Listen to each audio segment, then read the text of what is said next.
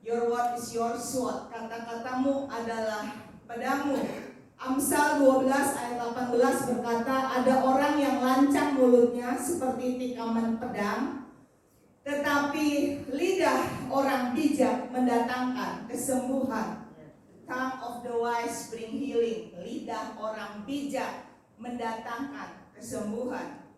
Saudara yang dikasih oleh Tuhan, karena perkataan orang bisa saling membenci. Karena perkataan orang bisa saling mendendam. Karena perkataan orang bisa saling bermusuhan. Bahkan karena perkataan orang bisa saling membunuh. Tetapi karena perkataan juga banyak orang bisa dikuatkan. Banyak orang dipulihkan. Bahkan banyak orang diubahkan dan berjumpa dengan mukjizat karena sebuah perkataan. Saudara yang saya kasih dalam Tuhan, pada umumnya wanita mempunyai kecerdasan linguistik lebih tinggi daripada pria. Kalau ibu-ibu yang sudah punya putra-putri pasti mengerti ya, kalau anak perempuan itu biasanya lebih cepat dia belajar ngomong ya, lebih cepat dia bisa berbicara. Mungkin sudah dari pabriknya kali, wanita itu emang pandai linguistiknya, berkata-katanya.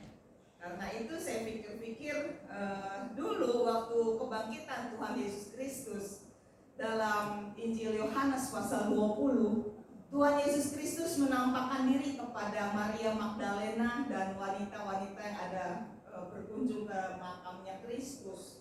Dan berita kebangkitan Kristus dalam sekejap langsung tersebar pada para murid, para rasul dan masyarakat luas. Padahal di zaman itu kita bisa pastikan Maria Magdalena pasti nggak punya handphone. Dia pasti nggak update status di Instastory atau di sosial medianya. Dia foto sama Kristus, Tuhan Yesus bangkit gitu ya, dia upload gitu ya. Belum ada teknologi seperti yang sekarang kita nikmati. Kejadian di belahan dunia manapun dalam sekejap bisa langsung semua orang tahu. Tapi berita kebangkitan Kristus dengan cepat tersebar karena yang membawa berita adalah wanita-wanita. Makanya di mana-mana kalau ada wanita pasti rame, benar nggak ya? Di sekolahan ada wanita rame, belum emak e-commerce, ya di gereja, ya di rumah, di komplek, ya di tukang sayur, wah rame pokoknya kalau ada wanita mah. Nggak ada wanita sepi gitu ya. Tapi kita harus hati-hati karena surat Yakobus pasal 3 menulis panjang lebar tentang dosa karena lidah. Dikatakan tidak ada seorang pun yang berkuasa menjinakkan lidah. Ia adalah sesuatu yang buas, tak terkuasai, penuh racun yang mematikan. Dengan lidah kita memuji Tuhan, dengan lidah kita mengutuk manusia yang diciptakan segambar dengan Allah. Hal ini tidak boleh terjadi demikian, kata Rasul Yakobus, dan menjadi nasihat buat kita semua pagi hari ini. Saudara yang dikasih Tuhan, langsung saja pagi hari ini saya ingin mengajak Bapak Ibu Saudara membaca firman Tuhan dalam 1 Samuel pasal 25. Kisah tentang Daud, Nabal dan Abigail ya. Terlalu panjang kalau kita baca semua. Saya minta Bapak Ibu Saudara menyimak saja. Saya akan bacakan beberapa ayat supaya kita punya pengertian di plafon yang sama. Daud, Nabal dan Abigail. Ketika itu ada seorang laki-laki di Maon yang mempunyai perusahaan di Kamel. Orang itu sangat kaya. Dia punya 3.000 ekor domba dan 1.000 ekor kambing. Dan 1.000 ekor kambing. Ia ada di Kamel pada pengguntingan bulu domba. Nama orang itu Nabal dan nama istrinya Abigail. Perempuan itu bijak dan cantik, tetapi laki-laki itu kasar dan jahat kelakuannya. Ia seorang keturunan Kaleb. Ketika didengar Daud di padang gurun bahwa Nabal sedang menggunting bulu domba, maka Daud menyuruh 10 orang. Kepada orang-orang itu Daud berkata, pergilah ke Kamel dan temuilah Nabal, tanyakanlah keselamatan atas namaku. Lalu saudara di ayat yang ke 10 berkata, tetapi Nabal menjawab anak buah Daud itu, katanya, siapakah Daud? Siapakah anak Isai itu? Pada waktu sekarang ini ada banyak hamba-hamba yang lari dari tuannya. Saudara yang dikasih oleh Tuhan, Tuan Nabal adalah orang yang sangat kaya raya. Di zaman itu, orang yang kaya diukur dari beberapa ukuran. Nah, Tuan Nabal yang ini ya, ia dipastikan seorang yang sangat kaya. Mengapa? Karena Tuan Nabal ini punya hewan ternak yang sangat banyak. Dia punya 3.000 ekor domba dan 1.000 ekor kambing. Dia sangat kaya raya. Kedua, dia sangat kaya raya karena Tuan Nabal punya lahan atau tanah yang sudah dipastikan sangat luas. Karena untuk mengembalakan 3.000 domba, 1.000 ekor kambing itu udah pasti harus punya lahan yang sangat luas. Jadi dia memang sangat kaya. Lalu yang ketiga, orang kaya di zaman itu juga diukur dari berapa banyak pegawai, budak, orang-orang yang kerja dengan dia. Dan Tuan Nabal dipastikan banyak banget orang-orang yang kerja dengan dia. Dia orang kaya. Saudara yang dikasih Tuhan, pada waktu panen pengguntingan bulu domba, ya, jadi domba itu selain diambil dagingnya, juga diambil bulunya untuk bahan baku wool, baju, jaket, karpet, selimut, ya. Jadi kalau mau yang benar-benar original, asli dan bagus, memang produksi dari Timur Tengah sana, saudara, asli benar-benar dari bulu domba. Waktu panen itu berlangsung, Tuan Daud menyuruh anak buahnya untuk menyampaikan salam, ya, selamatlah sedang melakukan panen, dan meminta sejumlah makanan untuk anak buahnya Daud makan gitu. Ya, saudara yang dikasihi Tuhan, sebenarnya menurut saya ini hal yang wajar, ya. Karena selama ini orang-orang Tuan Daud juga ikut menjaga harta dari Tuan Nabal. Jadi waktu itu, saudara, kalau kita mengembalakan hewan ternak di padang gurun terbuka, tidak menutup kemungkinan ada banyak perampok, syarat penyamun, orang-orang Amalek, orang Filistin yang bisa merebut itu domba-domba hewan ternak dan bisa dibunuh si penjaganya gitu. Tapi selama ini mereka aman sentosa karena orang-orang Tuan Daud turut menjaga harta Tuan Nabal. Jadi saya pikir wajar lah ya kalau pada saat panen, pengguntingan mereka cuma minta sekedar makanan, wajar lah. Dulu saya pernah dagang di pasar, saudara ya. Itu namanya dagang di pasar, mas saudara ya. Yang minta jatah harian ada, yang minta jatah mingguan ada, yang jatah tahunan ada. Ya udahlah, kita kasih aja lah, yang penting bisa dagang ya. Yang penting toko saya nggak kemalingan ya. Yang penting langganan-langganan bisa belanja dengan aman sentosa, bisa jualan di situ. Ya nggak apa-apa, itu sesuatu yang wajar.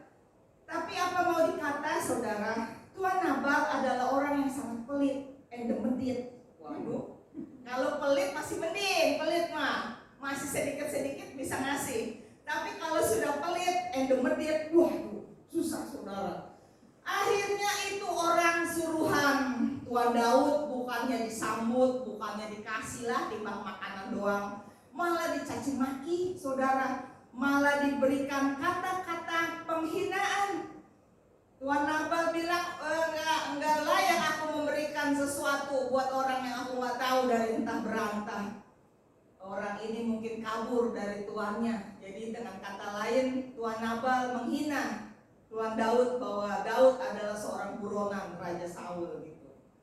Wah, saudara, kata-kata yang tajam dan pedas penuh penghinaan itu dilaporkanlah kepada Daud.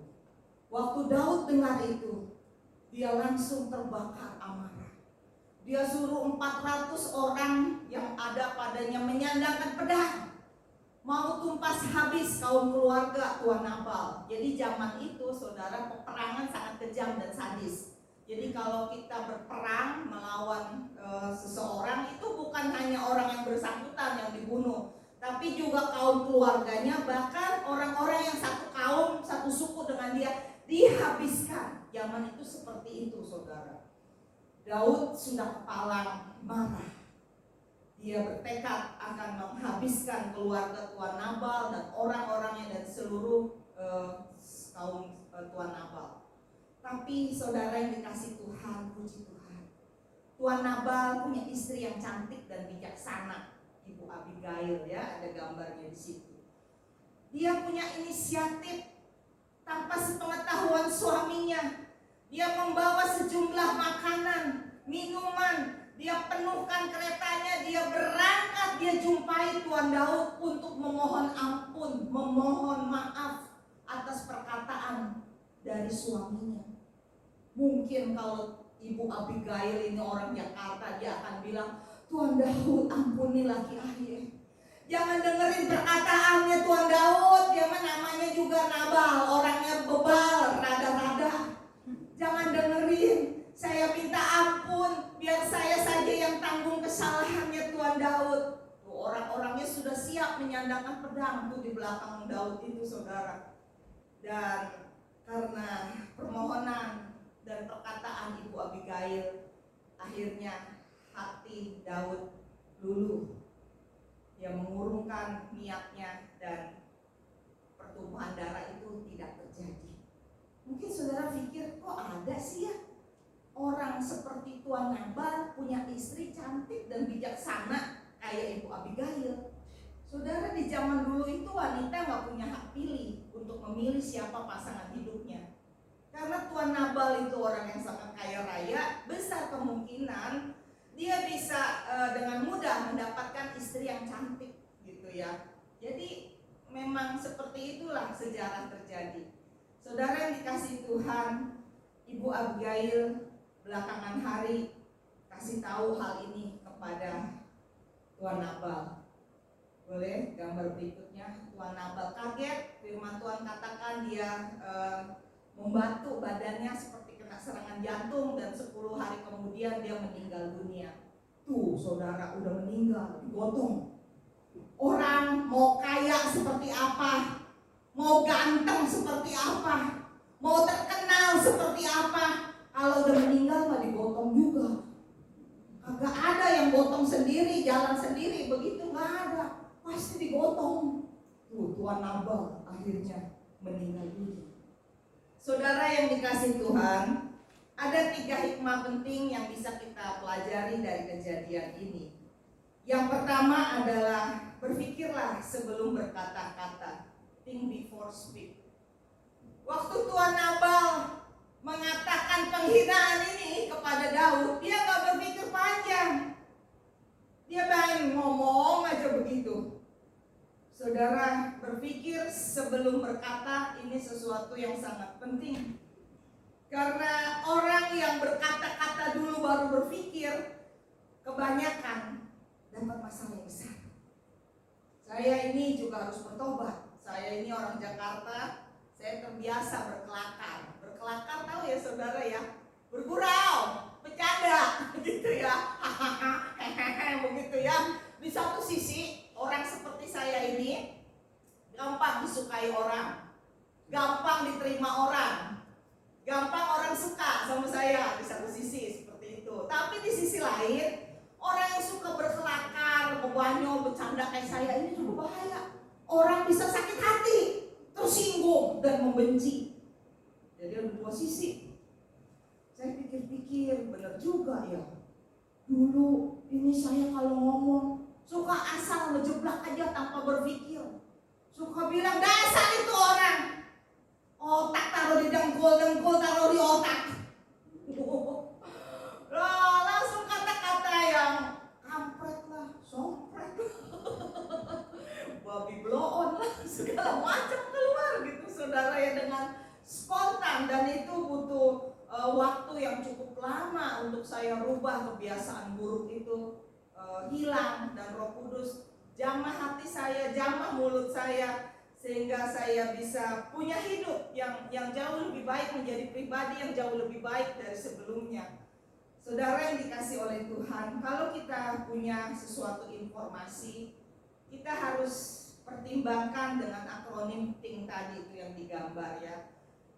it is true. Apakah ini benar? Kita pikirkan, apakah ini sesuatu yang bisa menolong, membantu? Apakah ini sesuatu yang bisa menginspirasi? Apakah ini perlu untuk saya omongin? Apakah ini mendatangkan kebaikan untuk saya omongin gitu? Jadi kita timbang-timbang dulu gitu, pikir-pikir. Kalau memang jawabannya oke, ini baik, ini membantu, ini menginspirasi orang, ini perlu juga saya omongin. Oh, ini perlu juga saya omongin karena mendatangkan kebaikan. Nah, silakan saudara omong.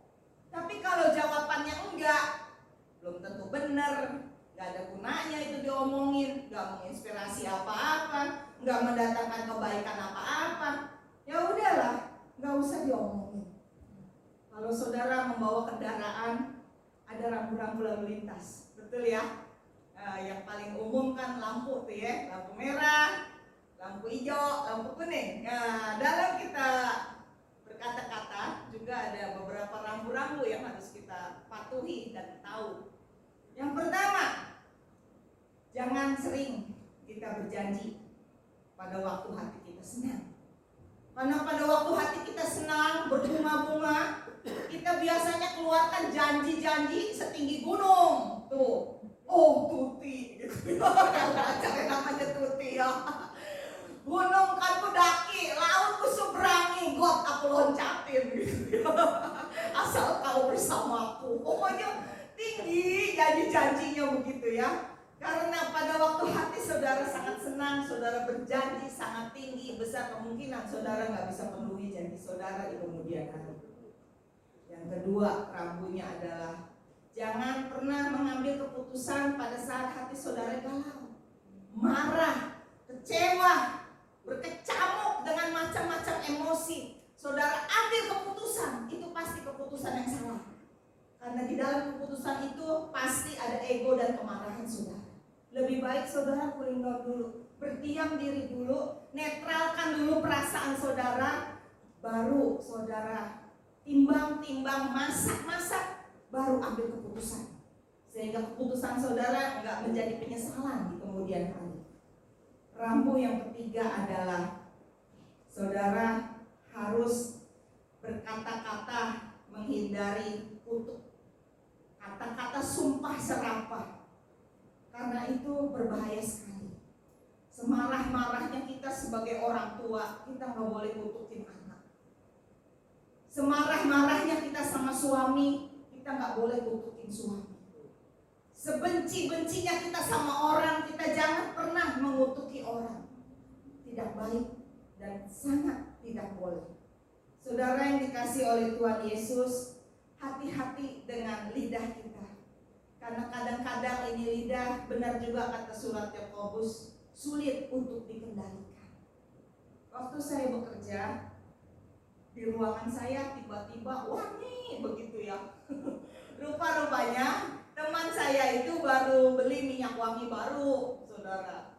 Lah namanya waktu itu saya masih muda ya. Pasti lebih berkelakar lebih dari sekarang nih. Langsung aja saya nyeletuk gitu. Buset, ini siapa nih pakai minyak wangi?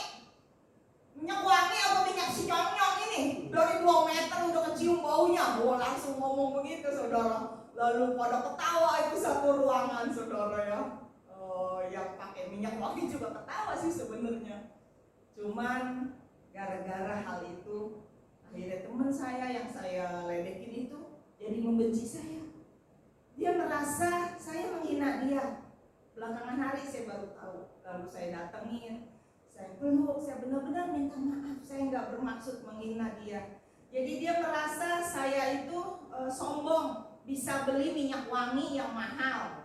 Sedangkan dia merasa dia beli minyak wangi yang harga pasaran, sehingga wanginya itu 2 meter udah kecium dan bikin heboh. Dia merasa dihina oleh saya, padahal waktu itu saya spontan, cuman ngomong spontan gitu dan bikin ketawa suasana di ruangan kerja itu aja, saudara. Dari situ saya belajar, oh Tuhan bisa. Kadang-kadang apa yang saya pikir tidak masalah, ternyata masalah dan menimbulkan luka hati di hati orang. Karena itu di gereja Tuhan di tempat ini, terutama buat jemaat-jemaat Tuhan yang hampir setiap hari ketemu dengan zaman saya, ya saya suka bilang, tolong ya maklumin saya kalau saya potongan dan jahitannya begini. Tolong gitu, maklumin saya memang begini gitu dari pabrik produksinya. Udah nggak ada lagi kali yang produksi yang kayak begini ya. Ya tapi intinya saudara, pesan pertama adalah berpikirlah sebelum berkata-kata. Amin. Pesan yang kedua adalah setiap kata-kata memiliki pengaruh, dampak, dan kuasa. Saudara yang dikasih Tuhan, slide berikutnya boleh. Waktu Tuan Nabal berkata-kata penghinaan kepada Daud, dia tidak sadar bahwa kata-katanya akan menimbulkan amarah dan bencana bagi kaum keluarganya. Saudara yang dikasih oleh Tuhan, pada waktu kita mengeluarkan kata-kata, itu seperti bola yang merah itu saudara, pada waktu dia bergelindir itu pasti akan punya pengaruh, punya dampak, dan punya kuasa buat orang lain. Benar ya saudara ya? Kalau kita pikir benar ini satu kebenaran. Apalagi buat saudara-saudara yang sudah menjadi pemimpin, buat saudara-saudara yang menjadi seorang guru, buat saudara yang melayani masyarakat umum, buat saudara yang dikenal oleh orang banyak, ini dampak, pengaruh dan kuasanya lebih besar dibandingkan kalau saudara masih belum duduk sebagai pemimpin.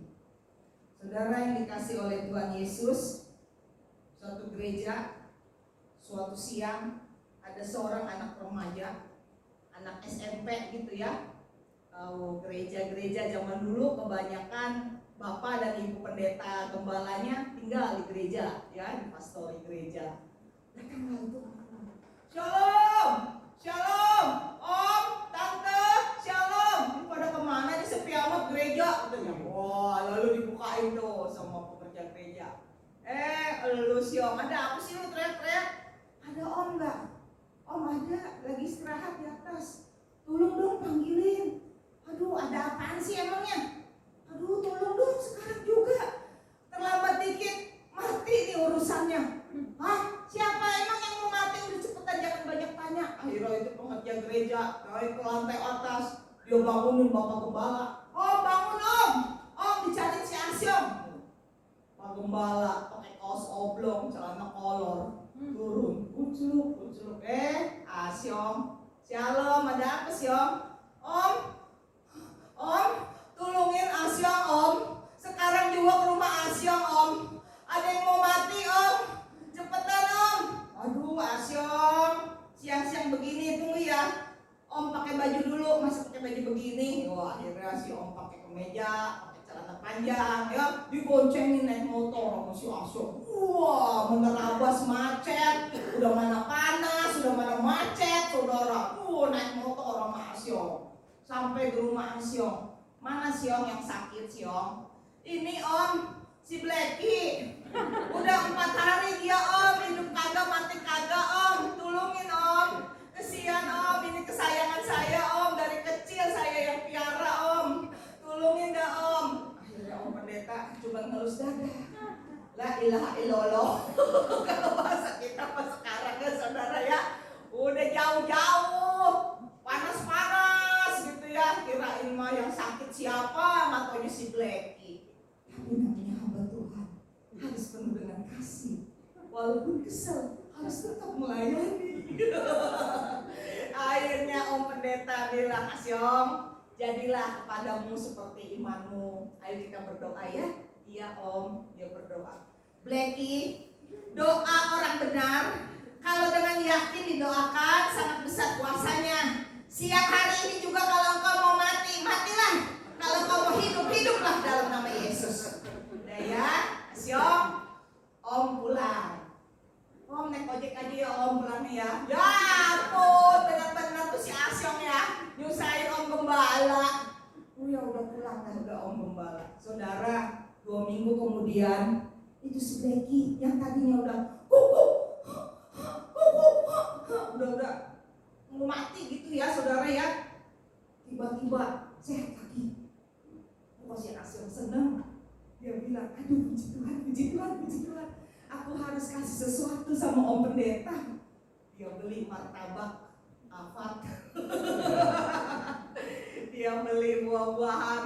Gue sampai 2 kantong, saudara. Dia mau bawa ke gereja sebagai tanda terima kasih buat Bapak Gembala. Waktu dia datang, Shalom. Kok gereja rame amat? Ini kan hari Rebo.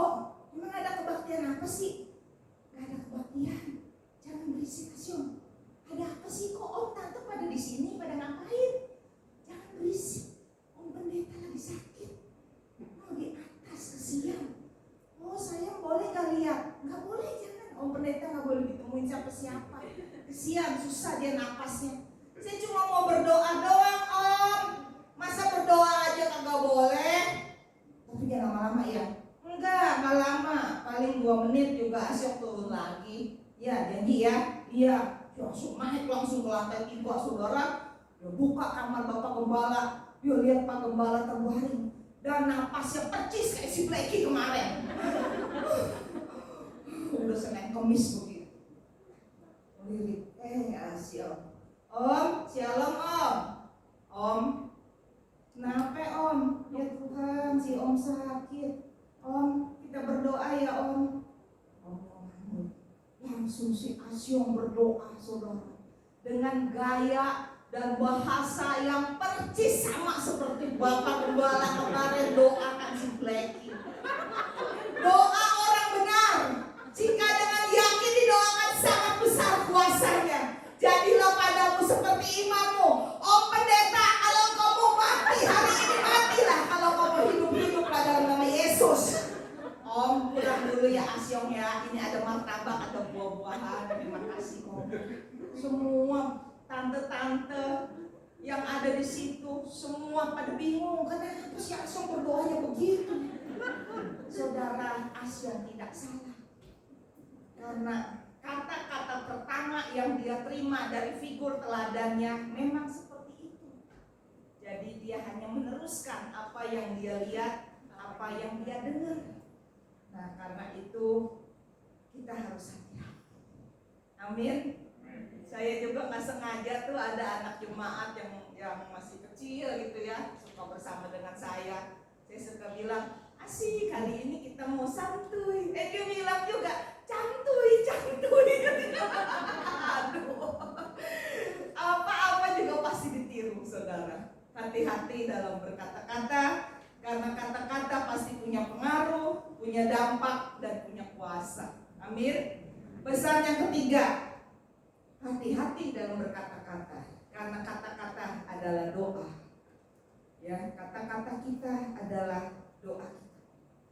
Saudara, baru-baru ini ya kita dikejutkan ada pasangan selebritis yang meninggal karena kecelakaan di lalu lintas ya. Pasti Bapak Ibu Saudara juga lihat di televisi. Yang menarik perhatian saya, beberapa waktu sebelum kejadian itu terjadi, ada stasiun televisi yang mewawancarai pasangan selebritis ini.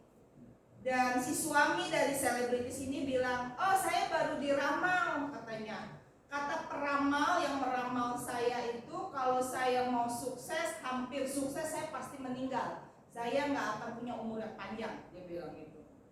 Lalu ya bercanda-bercanda kayak gitu ya. Dari tayangan itu saya menarik kesimpulan bahwa memang kata-kata adalah doa. Kita sebagai anak-anak Tuhan jangan pernah mau terlibat dalam ramal-meramal. Itu kekejian bagi Tuhan.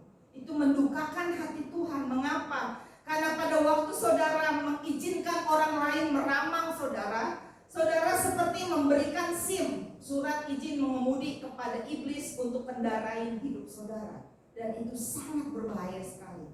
Dosa dan mendukakan hati Tuhan. Jangan saudara. Sekarang ini kan marah. Di mall-mall juga marah.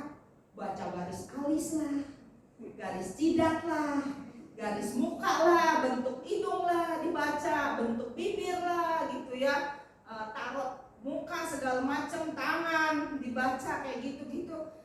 Kita katakan tidak, karena kita tahu kata-kata adalah doa. Waktu Ibu Abigail mengucapkan kata-kata kepada Daud bahwa Tuhan memang mengutus engkau Allah Israel untuk temui aku hari ini. Terpujilah kebijaksanaanmu. Dan akhirnya memang Daud menjadi raja atas Israel. Dan Ibu Abigail pun akhirnya ketika suaminya sudah meninggal dunia akhirnya menjadi istri dari Daud. Saudara yang dikasihi Tuhan, hati-hati dengan kata-kata. Karena kata-kata adalah doa. Jangan gampang keluarkan kata-kata sumpah serapah. Karena semuanya akan berbalik dan jadi seperti yang kita katakan. Amin. Kalau engkau punya anak, belajar sabar hadapi anak. Jangan sumpahin dia. Kau punya suami, belajar sabar hadapi suami. Punya istri, lemot banget nih istri saya Bu Tuti, ya ampun, lemot gitu loh, apa-apa susah nyambung. Ya sabar. Ruang kantor di bawah jadi juga ruang konseling, saudara. Dan kadang ada pasangan suami istri konseling gitu ya. Si istrinya nyocos ngobrol ya, ngomongnya gitu. Oh nggak ada remnya. Si suaminya manggut. Akhirnya mereka ribut kayak gitu ya. Aduh, ada ibu-ibu datang ke kantor. Ibu Tuti, tolong bu, tengkingin setan yang ambil suami saya bu. Suami saya diambil setan bu, dibawa kabur bu, gitu ya. Saya cuma dengerin aja ya. Lalu saya pikir-pikir, Tuhan, kalau andai kata ada iblis di kantor saya, mungkin dia juga akan bela diri. Dia juga mungkin akan bilang, bukan Bu Tuti, bukan salah gue. Enak aja nih ibu nyalain gue. Suami dia kabur bukan gara-gara gue Bu Tuti. Tuh bacot dia yang gak bisa diurus. Wah gitu ya saudara ya. Jadi saudara, kalau kita ada dalam masalah, dalam penderitaan, kita mesti pikir panjang. Ini masalah, ini penderitaan, ini problema, datangnya dari mana? Kita mesti analisa. Ada masalah, problema, penderitaan memang diizinkan Tuhan karena itu ujian dari Tuhan. Ya, pertama dari Tuhan. Kita harus sabar, punya iman yang kuat, punya iman yang teguh, jalani dengan hati yang kuat karena memang itu ujian yang diizinkan Tuhan terjadi atas hidup kita. Tapi yang kedua, ada juga karena serangan iblis, setan yang menyerang, kuasa kegelapan yang menyerang, sehingga kita punya masalah dan penderitaan. Kalau kayak gini kita harus ngapain Bu? Lawanlah. Firman Tuhan bilang lawanlah iblis maka dia akan lari daripadamu. Lawan, tengking dalam nama Yesus. Tapi ada juga yang ketiga, masalah, penderitaan, problema datang bukan dari Tuhan, bukan dari iblis, tapi dari diri sendiri. Kalau kayak gini gimana Bu Tuti? Bertobatlah. Bertobat, berubah, jangan sampai terulang lagi. Belajar dari pengalaman. Karena kalau engkau tidak belajar dari pengalaman, tidak berubah, tidak bertobat, selama-lamanya engkau menderita dan ada dalam masalah yang sama terus gitu. Jadi saudara harus analisa nih kalau ada dalam masalah penderitaan. Yang keempat, ada masalah penderitaan, kesusahan bukan karena Tuhan, bukan karena iblis, bukan karena diri kita sendiri, tapi karena orang lain. Kadang-kadang ada juga yang keempat ini terjadi sama kita. Contoh, beberapa minggu lalu pulang dari ibadah, saya mau pagi nanjar mau beli tanah. Bukan tanah berapa hektar, bukan saudara. Tanah buat tanaman. Cuman mau beli tanah sekarang kecil buat ngisiin buat bunga. Itu dekat pinggiran Ampera situ. Minggir, parkir. Kata saya, aduh panas. Udah papa aja yang turun lah, saya tunggu di mobil. Ya udah, bentar ya. Pagi Nanjar. Saya di mobil tunggu Pagi Nanjar turun. Mau beli tanah. Ya orang mau beli tanah berapa hektar gitu ya. Beli tanah satu karung kecil. Ya saya tunggu aja lah di mobil. Waktu saya lagi nunggu, tiba-tiba saudara, kaget setengah mati saya. Mobil ditabrak dari belakang. Wah, ya itu orang bawa motor, dia main handphone mungkin. Jadi dia tabrak itu mobil dari belakang. Saya kaget banget tuh. Terus saya bilang, gak apa-apa. Lalu saya ngeliat ke samping, orangnya jatuh. Saya bilang, aduh Tuhan, masih hidup apa kagak tuh orangnya? Aduh, saya kagak berani keluar, saya kagak berani lihat darah gitu, saudara, ngeri saya ya. Karena orangnya memang berdarah-darah karena dia punya tangan nancep ke lampu belakang mobil, saudara ya. Jadi ada warga yang tolongin dibawa ke klinik. Ya sudah, mobil rusak gitu ya. Ya itu penderitaan juga, ya sudah nggak apa-apa lah. Memang bukan karena dari Tuhan, bukan dari iblis, bukan karena kesalahan kami, tapi kan orang lain yang buat salah, kita kena imbasnya gitu. Ya sudah, bawa aja ke bengkel dah. Sabar aja gitu ya. Ya saudara yang dikasih Tuhan. Jadi kalau kita ada dalam permasalahan, cobalah introspeksi, cobalah analisa. Ini masalah, ini penderitaan, ini problema, karena apa gitu. Dengan kita identifikasi kayak gitu, kita bisa jadi mengatasi masalah itu dengan lebih baik. Jadi jangan kebalik-kebalik, ya, jangan kebalik-kebalik. Ya, saudara yang dikasih oleh Tuhan Yesus, pada akhirnya Tuhan Daud menjadi raja atas Israel. Apa yang dikatakan oleh Ibu Abigail menjadi kenyataan, kata-kata menjadi doa. Saudara, pagi hari ini kita sudah belajar 3 poin tentang kuasa perkataan. Yang pertama tadi adalah berpikirlah sebelum berkata-kata. Yang kedua, sadarilah bahwa setiap perkataan punya pengaruh, punya dampak, dan punya kuasa. Yang ketiga, perkataan adalah doa. Jangan sembarangan berkata-kata, karena kata-kata adalah doa kita. Biarlah menjadi berkat bagi Bapak Ibu Saudara.